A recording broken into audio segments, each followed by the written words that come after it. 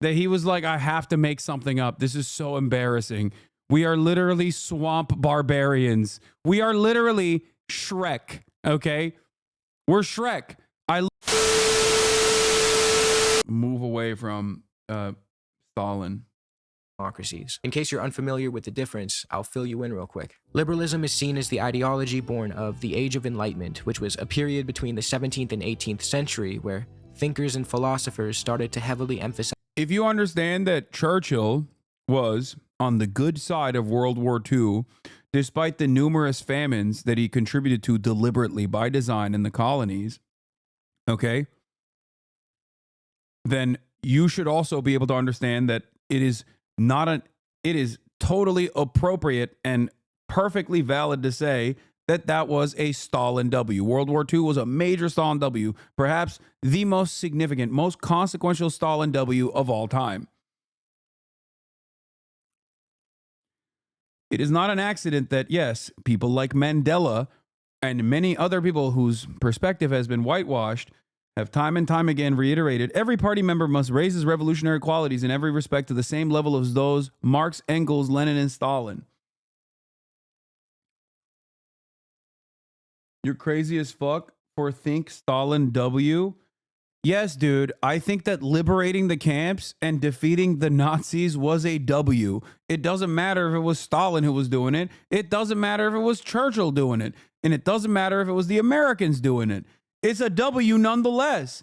What kind of fucking ridiculous attitude do we have here? No, it's a good thing, okay?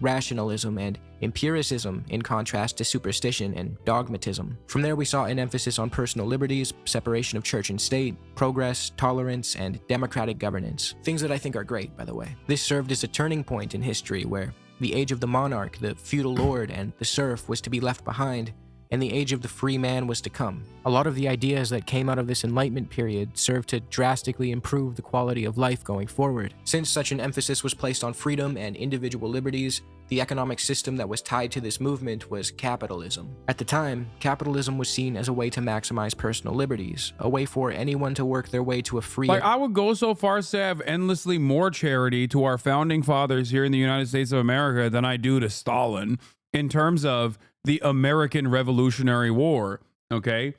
Like, those dudes were literally fucking slavers, man. What are you talking about? And I still give them that W for defeating the English, okay? Like, that's crazy. That's crazy that, like, that is not only permissible thought, but, like, the fact that you even bring up the founding fathers being slavers is, like, a big fuck you to American history. But God forbid you say Stalin W for killing fucking Nazis. Like, that's crazy. That's insane, dude. And happy life, and an improvement to feudalism, and all the unspeakable economic arrangements that preceded it. During this period, capitalism was a very progressive system, but the people of the 18th century had no way of knowing how dangerous this economic model would be in its accelerated form. They couldn't properly gauge the ecological devastation or immense capital concentration that was to come in the next couple of centuries. There were some Enlightenment thinkers like Jean-Jacques Rousseau who had a hunch that this shit could go wrong, and he wrote about it in his work, A Discourse on Inequality, where he took aim at things like property and wealth disparities and argued that inequality was likely to lead to despotism. But for the most part, the ideas that emerged during the Age of Enlightenment served as a massive step in the right direction. Fast forward to the modern day, and we see that Rousseau's predictions were spot on. But this doesn't mean that all the ideas that came from the Enlightenment were bad or destined to age poorly. As someone critical of capitalism, I believe that by implementing a new and more equitable economic model, we can truly live up to the values and ideals of freedom thought up during the Enlightenment. I see libertarian socialism as the logical extension of Enlightenment principles, but I digress. So, when I use the term liberal in this video, I will be referring to people or states that claim to be proponents of the ideas that emerged during the Enlightenment. The US and other Western countries claim to be liberal democracies, regardless if the party in power calls themselves liberal or conservative. This video is not going to be me attacking liberalism as much as it will be a critique on those who claim to uphold the ideas of freedom and democracy insincerely, just to use them as a cudgel to bully others who may want to organize their societies differently. There's a long history of nominal liberals acting illiberally, siding with authoritarians and discarding No. You don't understand. That was good, actually. That was good because the alternative was far worse. The alternative was a democratically organized socialist society. So, of course, we had to put a fucking fascist despot in charge and rewrite the Constitution. Like, what? Excuse me. That right there is neoliberalism through and through. As long as market interference is done at the behest of private enterprise, it does not matter if it is a monarch, a God-ordained king, or a authoritarian fascist that is in control of the country. Because as long as free enterprise flows and as long as the market interferences are done at the behest of private enterprise, it's A-OK, baby. The values that make up what they claim to believe in, just to destroy countries and people who hold ideas different from them. So with that out of the way, let's talk about the phrase, who's that? His name is Pinochet. And a fascist bleeds. This is a common catchword in certain political circles, and you might have seen it on the internet. People who use this phrase are often referring to the proclivity of past liberal democracies to side with fascists in their attempts to destroy leftist movements all over the world. Another kind of Stalin banger take was when he said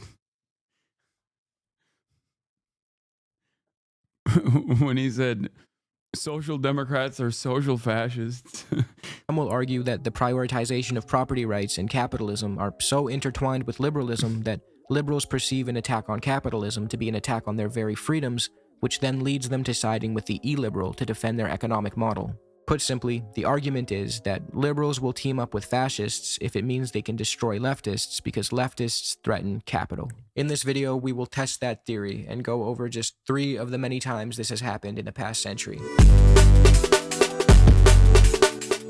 After the Second World War, when the Allied forces secured the W and whooped those fascists' asses, social democracy is objectively the moderate wing of fascism. Yeah. Went on to lead the world into an era of anti-fascist resistance, and they did everything in their power to defend the ideals of freedom and self-determination for every nation on Earth.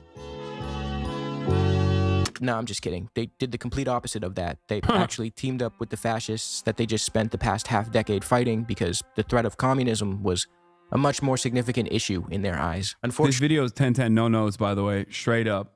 I had no idea what this channel was, but insta subscribe, insta like, 1010 no notes. This has always been the case. High-level officials like the OSS's Alan Dulles notoriously endorsed a Nazi proposal to establish a separate peace between the Third Reich and the US so that the Nazis could turn their attention toward the Soviets, whom Alan Dulles perceived to be a bigger threat. The US specifically has been unhealthily obsessed with communism even before the Second World War. Brazen, bald-faced lies that ranged from the Scratch a liberal and fascist bleeds. 3 times they allied to fight leftists is the name of the video from a channel called Overzealots. Bolsheviks are eating babies, too. They're nationalizing women were espoused by US propagandists well before World War II. Operation Gladio ensued in the immediate aftermath of the war. Gladio entailed stay-behind fascist militias organized by NATO. This is why I'm not exactly fond of NATO. For all the people who are always like, wait a minute, Hasan, why don't you like NATO? I don't understand. Like, we're supposed to be progressive, and Russia, especially in its modern iteration, is not progressive. It's illiberal. It's an irredentist force of evil. It is currently expanding its empire. It's a capitalist kleptocracy, which is true. All of those things are true. And NATO is the only way to fight back against it. I don't understand. Well, you know. NATO powers and Western intelligence agencies like the CIA and the UK's MI6. These stay-behind fascist paramilitary groups were propped up and supported all across Europe for the purpose of destroying left-wing movements when and if they arose. See, once the World War ended and the Cold War began, a struggle for dominance and hegemony between the West and its allies and the Soviets and their allies consumed the globe. NATO was a military alliance that formed so that Western countries could better fend off the Soviets if they planned to invade Western Europe or attack America. Not every petty bourgeois could become Hitler, but a particle of Hitler is lodged in every petty bourgeois. I forgot who said that. I mean, right after we talked about Stalin, how are you going to come in here and hit a Trotsky quote like that? It was Trotsky who said that, chatter. The threat of a Soviet invasion was dishonestly used time and time again by the West to excuse their own murderous and opportunistic behavior. In reality, the Soviets were heavily militarily damaged after the World War, and the act of them invading Western Europe or picking a fight with the US wasn't really in the cards. To quote from William Blum's Killing Hope, there are available, in fact, numerous internal documents from the State Department, the Defense Department, and the CIA from the post-war period, wherein one political analyst after another makes clear his serious skepticism of the Soviet threat, revealing the Russians' critical military weaknesses and/or questioning their alleged aggressive intentions, while high officials, including the president, were publicly presenting a message explicitly the opposite. But that's another story. Remember the guy I just mentioned, Alan Dulles, the one from the OSS, which later became the CIA, who really wanted to cut a deal with the Nazis and direct all attention toward fighting the Soviets? So that guy made a good amount of Nazi connections while he entertained a possible peace agreement with them. That's crazy. That's like, it's so shocking how that happens. It's a mere accident, I think, and totally not because they were simply less threatening. One of these connections was not. That's why I'm telling you, dude, FDR business plot, successful, the world would be so different, okay? Stalin doesn't get the industrial backing necessary to keep waging this war against Nazi Germany. America goes to World War II, most likely on the side of the Nazis. I'm not like a great man theorist, but I do personally think that FDR played a pretty formative role in at least putting a stay on putting a pause on America's inevitable fascist development, which we're in it now, like firmly. But I'm saying that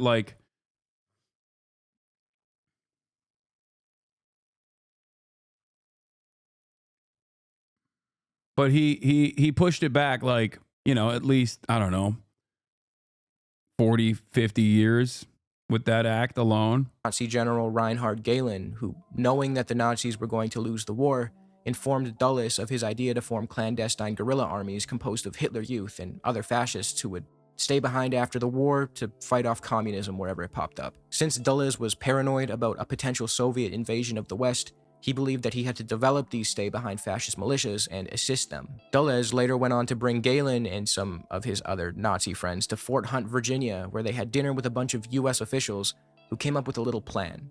I'll let Paul L. Williams, author of Operation Gladio, a great book on this topic, explain what this plan entailed. Gehlen would go back to Germany under US protection and create the Gehlen Organization, which would receive full funding from US Army G2 resources. The primary purpose of this organization would be the maintenance of the existing stay-behind armies and the recruitment of new guerrilla soldiers from the ranks of Third Reich veterans with staunch anti-communist credentials. These soldiers would be known as gladiators, and they would be commissioned to... And it all happened because of Pearl Harbor, so honestly, W Japan. No, I think Pearl Harbor gave enough momentum in the eyes of the rest of the American public for FDR to do what he wanted to do already, I think. I think I think Pearl Harbor was the turning point that allowed FDR to be like, no, we got to do something. This is crazy. Also, that chatter is joking. He's not saying W Japan for Pearl Harbor. to ward off communist invaders in the Great Theater of post-war Europe. The operation in which they were engaged was to be known as Gladio, after the short swords Roman gladiators used to kill their opponents. So not only did the Western liberal democracy fund literal Hitler Youth death squads and other fascist paramilitary groups... This is 100% true. There were socialists and trade unionists who died in the streets for the New Deal. It wasn't just FDR's generosity. I wasn't even talking about the New Deal. I was talking about FDR's actions during in the lead up to the World War II. It wasn't just about the New Deal. But you're right. You're absolutely correct in terms of the New Deal. It was pushed for by trade unionists and socialists who straight up died for it. And also, Pearl Harbor just offered FDR the broad recognition and permission to go to war at a time when there were plenty of Americans, like the German Bund movement, that actively was trying to keep America out of World War II and maybe even side with Nazi Germany. All over Europe and directly work with Nazi officials to do so. But according to Paul L. Williams, the creative ways in which this operation was funded include illicit activities involving the mafia and the Vatican.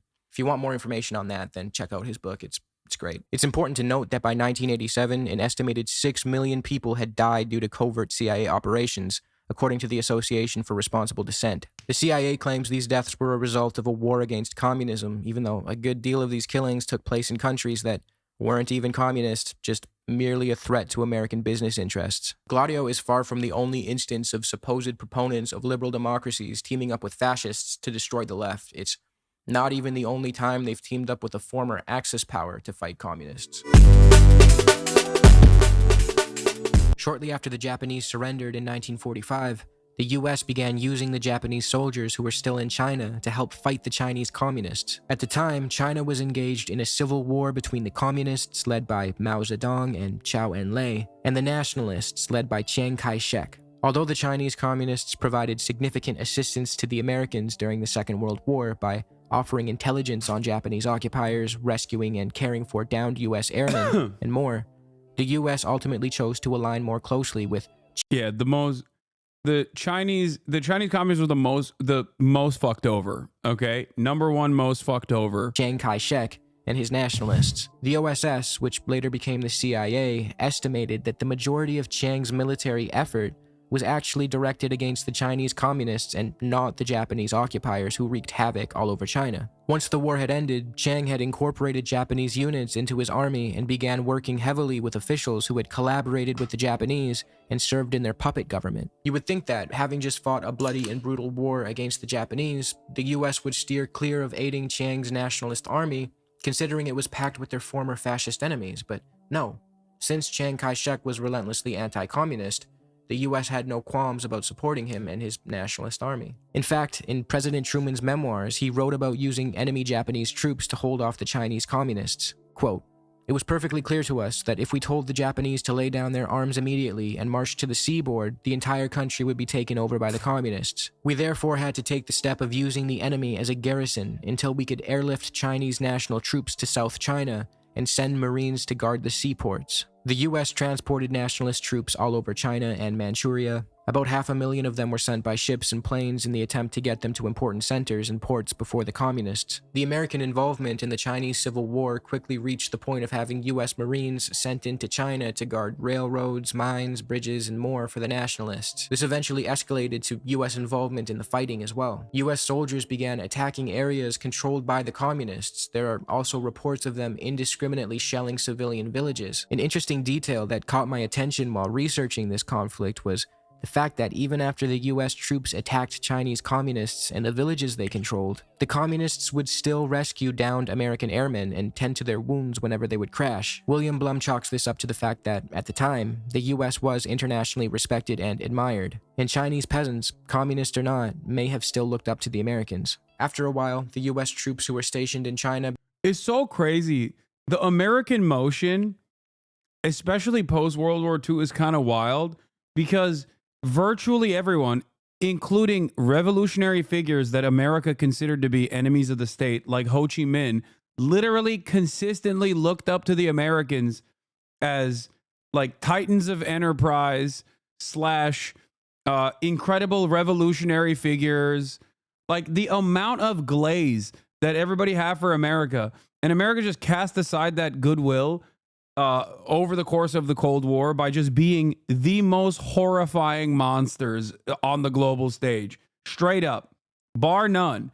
You can talk about all of the awful mismanagement, death, destruction within the USSR all day, every day. If you want to talk about that, they rode tanks into Hungary to quash the counter-revolution. How dare you, Hasan? Whatever. Okay, fine.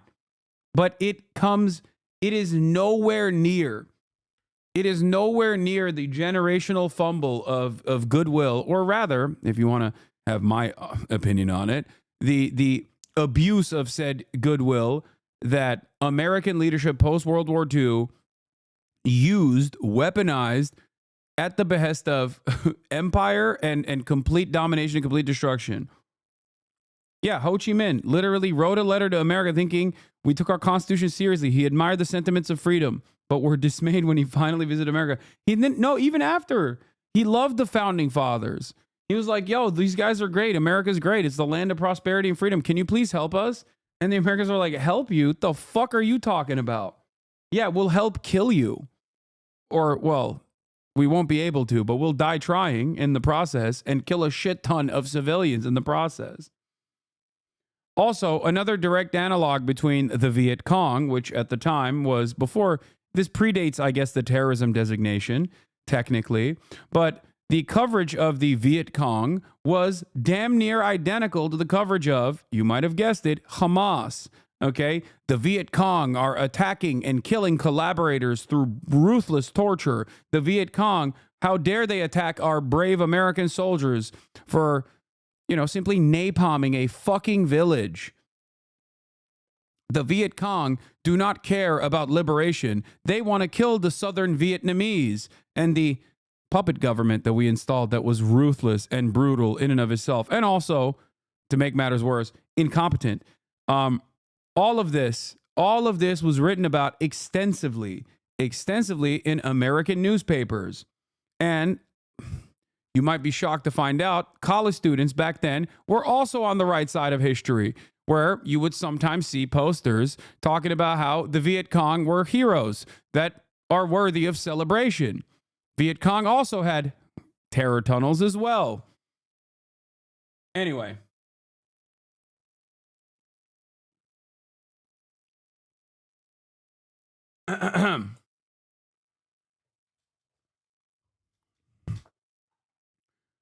Yeah. Mass condemnations. Do you condemn the Viet Cong? Condemn the Viet Cong, please. I'll never forgive Jane Fonda for going and posting alongside the Viet Cong and an anti-aircraft weapon. Began to question why they were still in Asia and not back home. The Second World War had come to an end, so it was reasonable for these troops to be confused. The official U.S. explanation for keeping its troops in China was that the U.S. soldiers needed to disarm and kick out the Japanese, which did happen eventually, but the real priority of the U.S. military presence in China was to aid the nationalists and fight the communists. A chilling quote from a U.S. Marine lieutenant in 1945 goes, "You can't tell a man that he's here to disarm the Japanese when he's guarding the same railway with the Japanese." Chiang Kai-shek's nationalist army was notorious for its oppressive practices, harboring former Japanese fascists and acting cruelly to the civilian population. In stark contrast, areas under communist control were often characterized... By the way, the successful version of this, like openly collaborating with those who collaborated with the Japanese colonialists, happened in South Korea, just so you understand. In terms of like scratch a liberal and a fascist bleeds 3 times they allied to fight leftists, it's actually not 3 times. It's virtually every time. America, historically, has never had an issue with aligning with brutal autocrats. Okay? Always. There is no issue there. As a matter of fact, one might even say it's the modus operandi of the United States. By honesty, fairness, and strong civilian support. Despite this, the US, fully aware of Chiang's brutality, the world's worst leadership is what the head of the US military mission in China called it, still chose to align itself with the nationalists.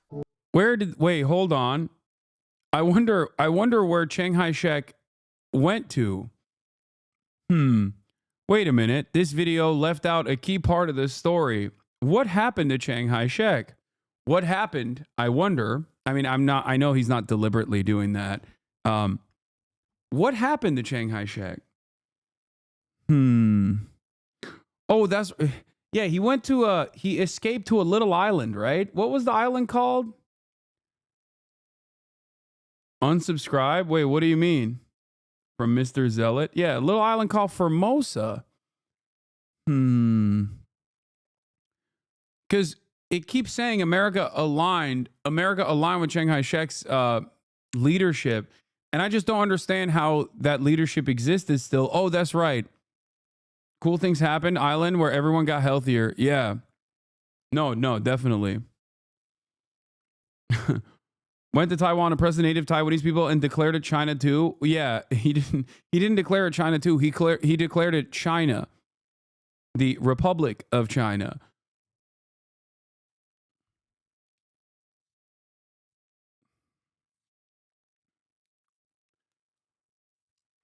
And had grand designs for what the true boundaries of the Republic of China actually would look like in terms of like on a map.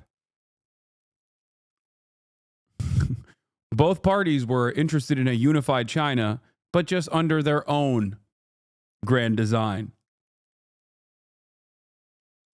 Fairness and strong civilian support. Despite this, the US, fully aware of Chiang's brutality, the world's worst leadership is what the head of the US military mission. Anyway, here, let's look at the World Greek War Civil II, the War. resistance was primarily led by the ELAS, the People's Liberation Army. The ELAS was founded in the early 1940s on the initiative of the Greek Communist Party, and its guerrillas successfully fought off the Nazi invaders and liberated large areas of Greece. After a good amount of the heavy lifting was done and the majority of Nazis fled Greece, the British Army arrived in the country in late 1944. It's important to note that Britain viewed Greece as its private playground, so when the ELAS liberated it from the Nazis and began to usher in a new way of life, Britain wasn't too happy. The ELAS were progressive in many areas. They emphasized education and fighting illiteracy. They were also known for their somewhat Very, very unacceptable.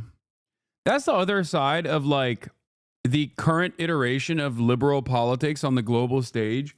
Oftentimes, nowadays, when liberal countries, Western liberal capitalist countries want to dominate other countries, they set up shop with like civil society organizations and NGOs ahead of time. And these civil society organizations and NGOs are tasked with combating the social repression born about oftentimes by being historic victims of colonialism and other matters of empire, right? So there is definitely social repression. So the NGOs will now come in and talk about how woke the country must be, and then they will create decent propaganda to say like America's there to liberalize this nation by force and make it more socially progressive. Now, what's interesting about that is that at least historic communist movements have almost always been infinitely more progressive than their Western liberal counterparts. Literally always. Okay? progressive views regarding women and calling upon them to act autonomously and independently of their husband's control. This proved to be a popular movement among the people of Greece as the EAM, the political wing of the ELAS, grew into the millions. But this new worldview and disruption of the status quo was too much for Britain. God forbid Greece exercise self-determination, I guess. Churchill, who did not shy away from praising the ELAS as they were fighting off the Nazis and aiding the Allied cause, was adamant about restoring the Greek king as soon as the Nazi threat in Greece dissipated. The British military in Greece got straight to installing a government committed to their goals. This government found itself packed full of monarchists and conservatives who despised the progressive ideas of the new Greek left. The new Greek army and police force were also stacked with these rightists. This resulted in the deaths and imprisonments of members of the ELAS and EAM. Eventually, fighting broke out between the ELAS and British forces. The Brits had backup from non-ELAS Greek fighters, many of whom had actually collaborated with the Nazis during the occupation. So now, the Greek leftists weren't just up against the British and their new right-wing government, but they were also fighting these right-wing militias that had worked with the Germans and were now teaming up with the Brits. As the fighting went on, the US jumped in to help the British and the new right-wing Greek government, because if there's one thing the US loves, it's fighting commies. Things were looking pretty grim for the Greek leftists. They were stuck in a civil war against much stronger enemies, and the Soviets chose not to support them because Stalin thought their efforts were futile. Listen, this is where I diverge with a lot of people who are across the board pro-Stalin. Some might say that Stalin was a little too predisposed with obviously recovering from World War II and was absolutely terrified of now opening up a new war against the Western superpowers that actually did not, in comparison to the USSR, incur penalties that the USSR that the USSR got. And over again, Uncle Stalin made these sorts of moves, thinking, it's okay. We have to recover. It's okay. We have to recover. We have to do everything in our power to recover. Let's not read theory.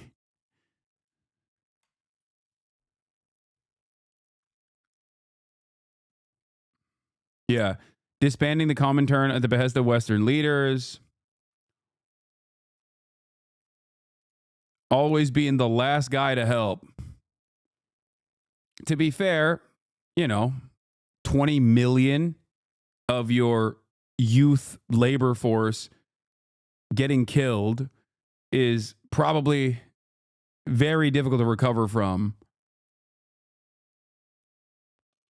So they turned to Yugoslavia for aid, which supplied them with arms and sanctuary. As the British became preoccupied with trying to rebuild their own country in the aftermath of World War II, it became increasingly difficult and unwise of them to continue the fight against leftists in Greece, especially since the ELAS persisted relentlessly. They were not giving up in their fight. This led to the US picking up where the British left off. Turkish political streamer Hasan Piker says Russia should have invaded Greece. Yes, unironically. And then they should have invaded Turkey. What are you talking about? Yeah, the USSR should have both invaded Greece and Turkey. Hot take. Yes, my country too, please. Oh my God, imagine a communist Turkey. Holy fuck. Little bit of liberal tag team. The government in Greece by this point was corrupt and still backed by the US and the British. It was known to terrorize leftists and torture them in island prison camps. Officials in Washington were fully aware that their client government in Greece was a human rights disaster, and even staunch American anti-communists were disgusted by it. By the end of 1947, American aid was entirely supporting the Greek military. This included weaponry, food, and clothing. Hundreds of millions of dollars of supplies and equipment was given to the Greeks by the US. The Americans even created a secret army reserve composed of those Greek Nazi collaborators I mentioned earlier. This freedom-loving harbinger of liberalism and democracy just couldn't stop teaming up with its old fascist enemies. The Americans became so wrapped up in the fighting in Greece that their involvement was no longer just funding and aiding the Greek military. Was it socialist? No. What are you talking about? Absolutely not. In their fight against the ELAS guerrillas. The US military mission eventually took over the development of battle plans from the Greek generals and sent over 250 American army officers to the country to make sure Greek army divisions were complying with US directives. By 1949, the US had successfully defeated the ELAS and fulfilled its goal to keep Greece as its little puppet state. The US remained heavily involved in the Greek government, with Greek prime ministers coming to power only after US suggestions or demands. This caused Greek politicians to grow upset at the American influence over their country and the lack of Greek autonomy. The US did not appreciate these troublemakers drawing attention to how much undue influence the US had over Greece, so in 1967 it supported a coup and a subsequent military dictatorship. Their best bet was to just get rid of democracy altogether, I guess. The fascist junta that took over Greece in 1967 ruled the country brutally until 1974, and it too enjoyed the support of the US. George Papadopoulos, the de facto leader of this junta, was on the CIA's payroll for about 15 years leading up to the coup and was a Nazi collaborator during the 1940s under the German occupation of Greece. Like I said earlier, this video is not me attacking liberals. I don't see the point in that, but I do think it's important to shed light on past alliances between those who claim to be acting in the pursuit of spreading freedom and democracy when in actuality, they were just bullies and murderers. The ideas of the Enlightenment, freedom, reason, empiricism, democracy, they are worth protecting and upholding, but historically, those who purported to do so lied. Before I go, I would be remiss to act as though the Soviets never flirted with the idea of working with fascists. From the German-Soviet Axis talks, non-aggression treaty, to the supplying of Nazi Germany with raw materials like oil in exchange for German machinery and manufactured goods, this is behavior that modern leftists would never forgive or try to excuse if carried out by any other country. It's almost as though Stalinism, although extremely nuanced and impossible to properly touch on as a footnote, was chock full of mistakes and deviations from socialist principles. Now, this does not mean that leftists have some sort of proclivity to side with fascists, as some may argue, from the aforementioned ELAS in Greece. Especially because socialists historically have been the only game in town when it comes to defeating fascism. That's just the historical truth. No matter how hard liberals tried to take credit for it and have successfully designed society in the aftermath, especially of Cold War, or during the Cold War as well, to move away from that reality. Greece who fought off the German occupation, anarchists in Spain who resisted Francoism, Tito's partisan forces who liberated Yugoslavia from the Nazis, and many more left-wing groups all across Latin America, Asia, and Africa. Just because Stalinists entertained such a betrayal in the beginning of the war, although they more than made up for it on the Eastern Front later, does not mean that leftists haven't historically offered a natural, almost instinctive opposition to fascism time and time again. I bring this up because it's important to hold people who claim to be socialists to the same standard we hold others to. Resisting fascism should be a universal ideal, and that should not be a controversial thing to say. That's all I have. True. Liberals speak to the individual particular in the name of the universal. All men are created equal means white land-owning men are equal under this law. Yeah. But yeah, if you're wondering how like America became so weirdly fascist when you got like the reincarnation of Henry Ford literally Sig Heiling twice on the day of the inauguration to a crowd of fans that are clapping alongside him, it took a long time to get here, but at least elsewhere, and even in the United States of America as well, because we did import a bunch of fascists here as well, Operation Paperclip, America very quickly was like, oh, we need to find the communist killers. Who are the best communist killers? That's right, the fucking fascists.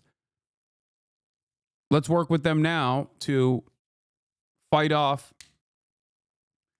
Let's work with them now to basically fight off the greater evil, much greater evil, socialism. Yes, I saw that he tweeted at me and he said, someone tell Hassan the Hun I say thank you, lol.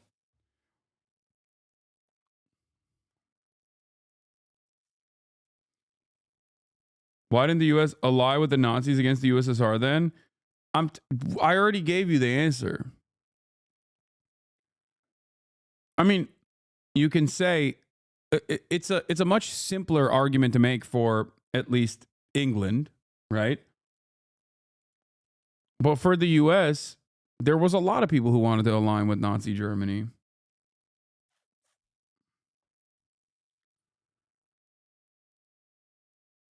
I believe it starts before that. Manifest Destiny sets up to be insanely individualistic. No, I've talked about this before as well. You're absolutely right, Carter. I don't know. I mean, I'm sure people much smarter than me have written about this, and maybe I've just never encountered it. But I've always had a firm belief that America was the proto-capitalist nation. Proto-capitalist nation before we even figured out what capitalism was because of Manifest Destiny. Like permanent land grabs in the creation of the American state created this mentality where there was permanent conquest to be had. It was like capitalism was the state religion and is the state religion in the United States of America because it was so perfect. It's so perfectly applied to American historical materialist development.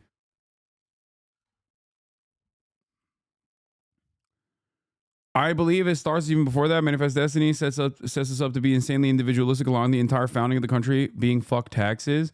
All this bullshit of no representation isn't true. It's all about fuck you, I got mine. This was a huge topic I studied in college called Turn of the Century. We were built to be neoliberal. Mormons treat the Constitution as a holy document. Yeah. Can you define proto-capitalist a bit more? I mean, even circa the Industrial Revolution, Americans were doing a whole bunch of stuff. Like the settlers were doing a whole bunch of things that made it so made them so open-minded to this way of thinking. This is my video. Thanks, man. Hell yeah, brother. Great video, by the way. Yeah, Protestant work ethic and the spirit of capitalism.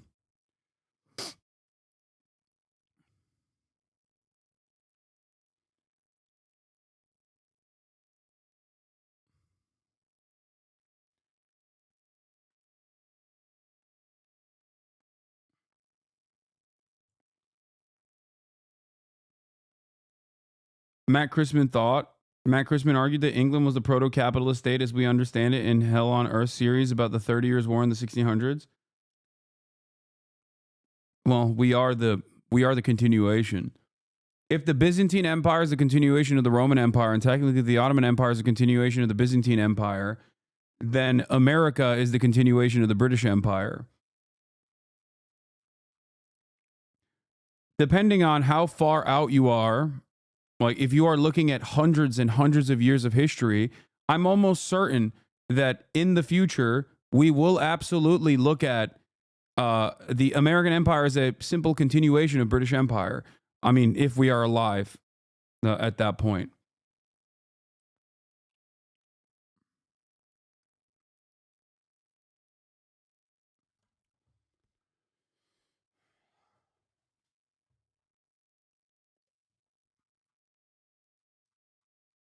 That's how I feel about it.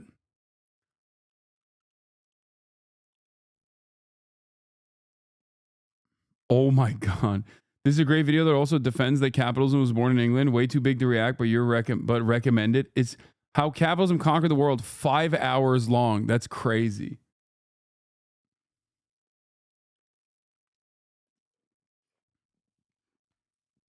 Okay, brother, Ottoman Empire is not the continuation. That was a joke, but I like saying stuff like that because it immediately shows the fucking Eurocucks that still operate with the sick man of Europe mentality. Okay? I like that though, because it immediately exposes people because they're like, what do you mean? They were Muslim. Of course they weren't a continuation of the Roman Empire. Even though ironically they did consider themselves to be that. I understand why no Eurocuck would ever actually suggest such a reality. They won't even claim the Byzantine Empire as the continuation of Roman Empire.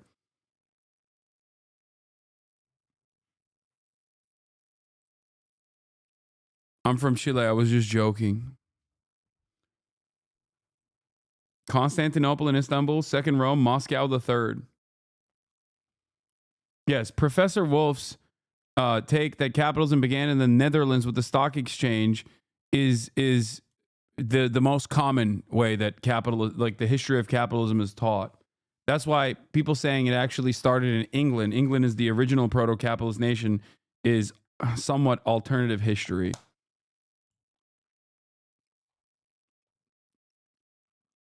This is the common way that people describe how capitalism was invented.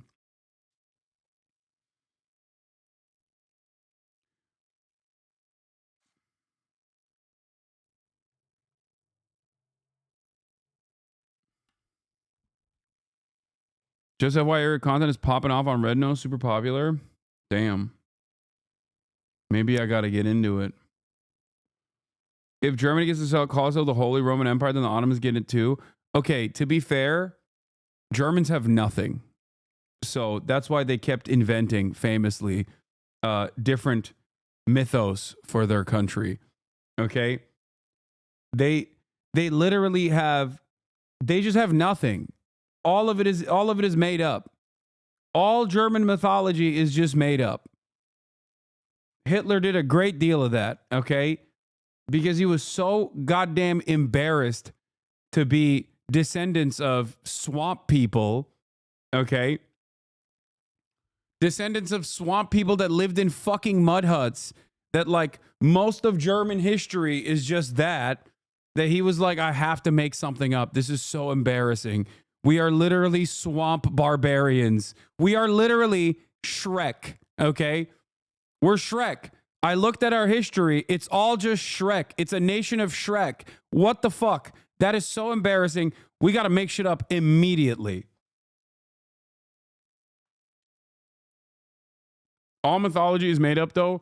Yes, but at least the mythology that is made up is oftentimes made up of like long historical periods of like having some semblance of like empire or having some semblance of like a shared culture that spans across time and many different geographic locations.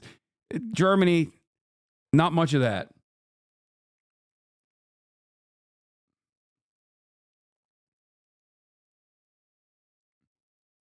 That's why when you look, well, yeah, why do you think Hitler's doing a Roman salute, which already was an invention by Mussolini, who at the very least was understandably obsessed with Roman mythology because it's fucking Italy. You know what I mean?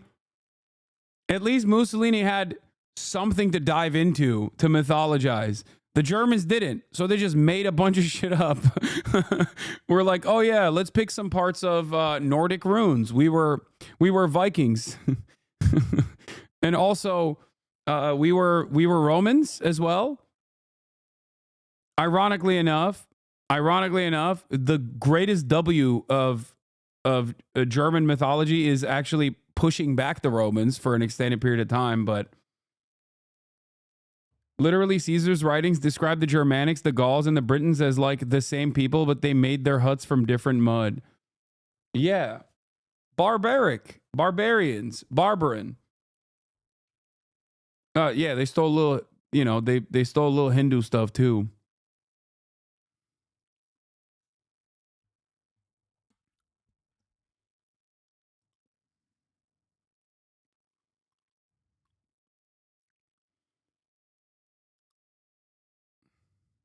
Anyway,